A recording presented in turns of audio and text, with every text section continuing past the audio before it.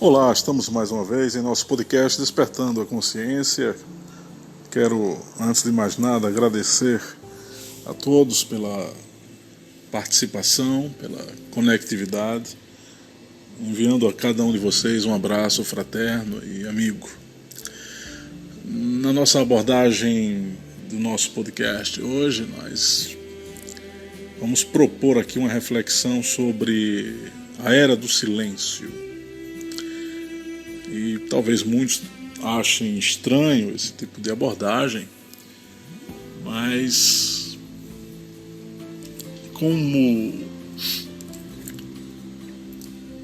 no nosso tecido civilizacional os mais diversos aspectos que rondam o desenvolvimento humano, cultura humana, o espírito humano, como nós estamos num período de transição, os voltados para as doutrinas ocultas vão falar de uma transição planetária, da era de peixes para a era de aquários. Os que estão mais sintonizados com os conhecimentos advindos da doutrina dos espíritos, os chamados kardecistas, vão chamar essa transição do mundo de provas e expiação para um mundo de regeneração. Aqueles mais voltados para a geopolítica planetária vai denominar esse momento como sendo o estabelecimento de uma nova ordem de valores. Então, de fato, há um processo em curso cuja característica maior é a mudança de perspectiva, de visão de mundo, que se estabelece a partir das experiências que temos aqui na Terra e o modo como as coisas vão se mexendo, né? O modo como as coisas vão se transformando em função da própria atitude humana em relação aos fatos e aos novos incrementos do tipo de existência que a gente tem, e aqui eu me refiro a esses novos incrementos como sendo a virtualidade e a instantaneidade de um mundo voltado cada vez mais para o aspecto mais digital, o aspecto menos analógico, portanto um mundo virtual, um mundo tecnológico ou científico-tecnológico. Esse é um aspecto. Mas também, por outro lado, a gente precisa observar que sob a janela de acesso a um mundo mais ético, ou sob a perspectiva ética, o que se tem observado é que a nossa civilização, por mais que nos últimos 100, 150 anos tenha desenvolvido um papel mais preponderante no que se refere aos direitos das minorias, e há um sentido de equanimidade social baseado num senso de justiça estabelecido principalmente pelos princípios que envolvem os direitos do homem e do cidadão, né? A Revolução Francesa traz um pouco de sua contribuição, né? Mas nesse período de transição de valores que a gente aqui está atravessando, essa mudança de era zodiacal para aqueles que estudam a vertente astrológica, espiritual, é preciso ter um certo valor de prudência das coisas, nas ações. É preciso observar que em qualquer fase de transição, em qualquer mudança de modelos ou de padrões, a atitude mais correta é a percepção dessa mudança. O que eu estou aqui querendo dizer é que não é de bom tom, não seria de bom alvitre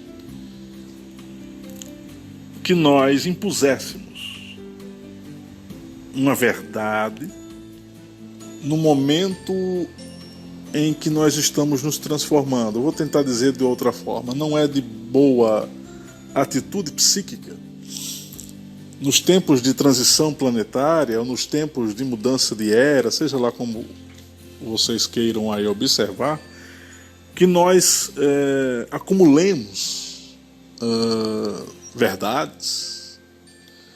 E aqui eu quero também fazer um outro comentário. Precisamos ter nossas convicções, nossas visões de mundo, mas com a perspectiva de nós nos abrirmos para novos elementos. Isso é absolutamente necessário, porque nós estamos num processo evolutivo, né? Mas saindo já desse aspecto,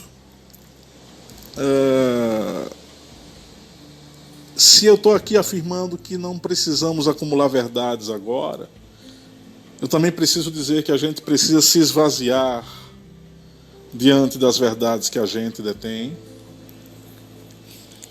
E o que é esse esvaziamento? No budismo existe um conceito chamado sunyata, alguns chamam shunyata. Sunyata seria o estado de esvaziamento resultante do desapego processual que o indivíduo faz em relação ao mundo sensório, mas também com relação ao mundo mental, né? Aquilo que se gera a partir das percepções e da interação entre o mundo material, né, no caso o mundo dos sentidos, e o mundo intelectual e emocional, que é influenciado por esse mundo dos sentidos, mas que, além destes dois, desses mundos intelectuais ou mundos emocionais, há o mundo espiritual, que subjaz a qualquer realidade, ou nível vibracional, ou nível dimensional da existência e da própria vida. E por que o silêncio se torna importante? Ele se torna importante como uma atitude psíquica que vai homenagear esse estado de observação. Veja, o nosso estado atual é profundamente caótico sob a perspectiva geopolítica, de polarização política em vários países do mundo e do recrudescimento de visões radicalizadas e extremadas, seja isso no campo da direita, seja isso no campo da esquerda ou da extrema direita. E, além desses aspectos, nós estamos sofrendo nas nossas academias, nas nossas instituições religiosas, nas nossas instituições universitárias, também um declínio, uma decadência. Porque o dogma já não mais serve para responder às questões fundamentais que envolvem a origem do ser humano e da própria vida, ou pelo menos se esgotou o argumento religioso mais fundamentalista, ainda que esse fundamentalismo religioso tenha crescido nos últimos anos em função de uma terrível associação entre religião e mercado econômico ou monetarização da religião, algo nesse sentido. E isso depõe contra o princípio religioso básico de unir a criatura ao Criador, já que faz dos súditos ou adeptos ou fiéis das religiões apenas clientes de um mercado chamado fundamentalismo religioso ou religiosidade nos tempos atuais. As religiões, elas estão decadentes porque, do ponto de vista doutrinário que caracteriza essas doutrinas religiosas, elas apresentam inúmeros furos para poder responder ao aspecto essencial da vida, da origem do homem, da destinação deste, da razão pela qual a realidade é eivada de muitas falhas. Eu não vou entrar aqui no mérito disso, porque fugiria ao tema aqui da nossa reflexão em nosso podcast. Mas o elemento principal que eu preciso aqui enfatizar, por uma questão mesmo, talvez de necessidade evolutiva, pelo menos é a minha percepção das circunstâncias, é que nós precisamos frear o nosso acúmulo informacional. Investigar a verdade é uma atitude perene, recorrente e incessante.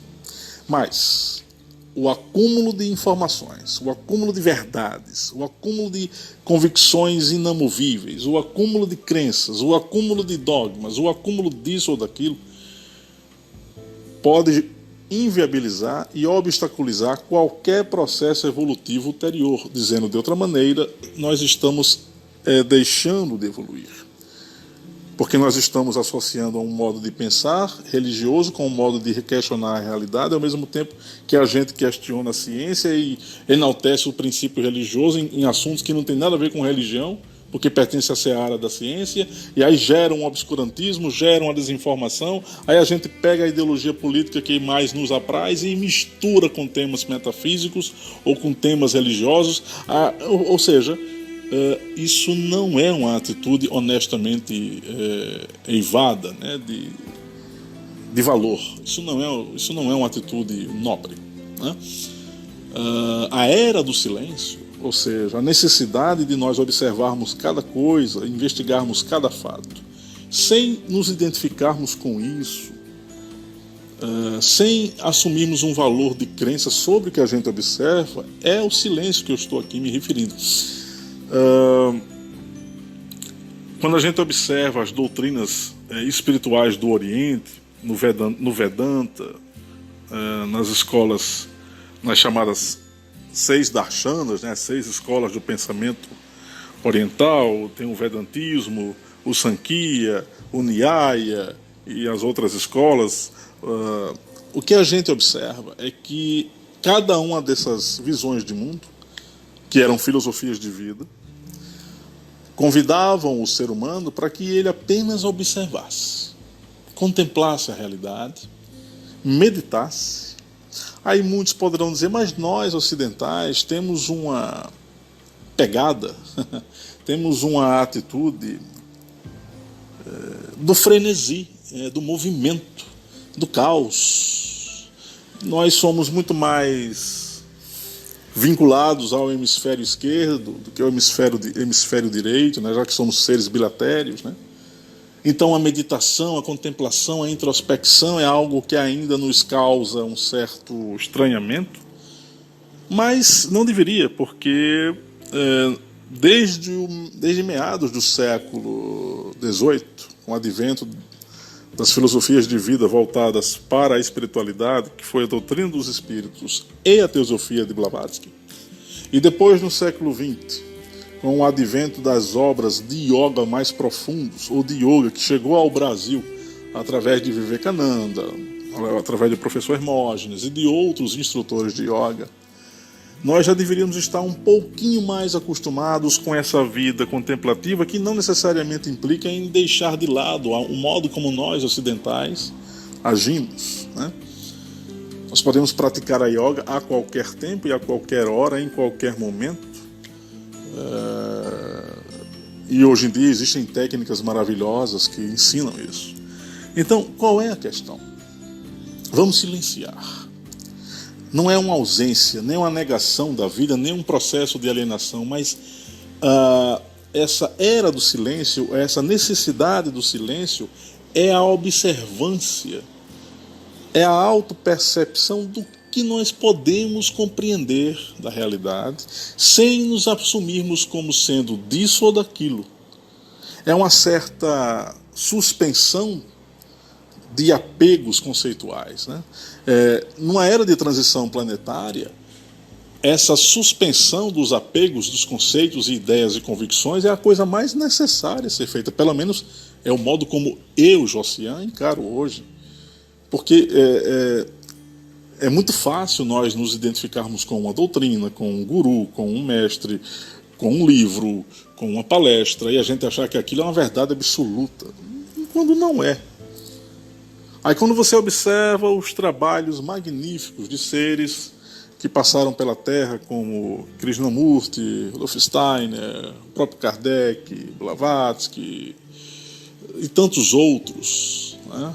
Alan Watts, até aqui mesmo no Brasil, a figura do nosso irmão e amigo Jean Valjean, quando a gente observa o trabalho dessas pessoas, elas estão convidando o ser humano para que elas possam pensar por elas próprias, né?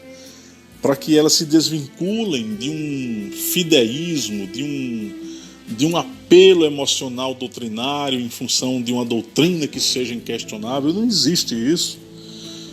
Então, o que de fato, eu sei que pode ser um pouco contraditório o que eu vou dizer aqui, mas o que os mestres espirituais da nossa humanidade, se a gente observa um Siddhartha Gautama, um Kapila, um Lao Tse, um Xuan Tse, um Confúcio, um Sócrates, um Heráclito, um Diógenes de Sinope, um Pitágoras, um Tales de Mileto, um Anaximandro. Quando a gente observa esses mestres, o que a gente observa? Eles não tinham preocupação em agir de forma prosélita, né? Eles não tinham a preocupação de convencer a quem quer que seja. Eles direcionavam o modo de pensar deles para quem quisesse lhes ouvir e diziam: olha, vocês poderão aceitar ou não o que eu estou aqui dizendo. Fiquem livres, vocês não são obrigados a anuir, a se embrenhar pelo modo como eu penso. Então, é essa desidentificação, é esse processo de percepção autônoma, de silêncio psíquico. A gente observa as coisas, mas não se apega, porque justamente não no momento de transição de valores, nada pode ser colocado como verdade. Nós estamos em uma mudança vibracional, uma mudança comportamental. Isso é produto da própria maturação da raça humana. Ainda que a gente tenha uma civilização caótica, e é caótica, ainda que a gente observe muitos dos nossos irmãos e irmãs presos em atitudes desumanas, ou em atitudes cruéis, ou em atitudes que nos causam constrangimento ou horror, ainda assim a raça humana evoluiu bastante nos últimos 200, 300, 400 anos. E em nome dessa evolução, nós já chegamos à condição tal de entender, em alguns núcleos humanos, que o modo como as religiões são feitas, de fato, é um modo equivocado. O modo como a política é gestada, ou é desenvolvida, ou é realizada, ela é absolutamente criminosa. O modo como a arte, a ciência se encaminham também já possuem algum tipo de, eu não vou dizer sujeira, mas um tipo de apequenamento, né? Colocar como arte coisas que não têm um valor profundo apenas por uma questão de vaidade do artista, isso não é arte, na minha visão. Colocar a ciência a serviço de grupos econômicos para poder apenas investigar ou fazer pesquisas em áreas que apenas esses grupos querem que sejam feitas as pesquisas, isso não é ciência, né? Onde estaria aí a tão propalada neutralidade da pesquisa científica? Então, eu convido, de certa forma, que cada um de nós tomemos uma atitude distinta nesse momento atual, que é muito perigoso, de muita polarização. Nós percebemos o clima psíquico, não no Brasil só, no mundo. É um clima psíquico muito denso, de uma tensão emocional, de uma tensão energética, vamos assim dizer, e o momento não é da gente afirmar verdades, mas de nos esvaziarmos, aquele conceito que eu falei do sunyata, da gente procurar se esvaziar diante desse caos que se observa no nosso tecido existencial, na nossa civilização, né?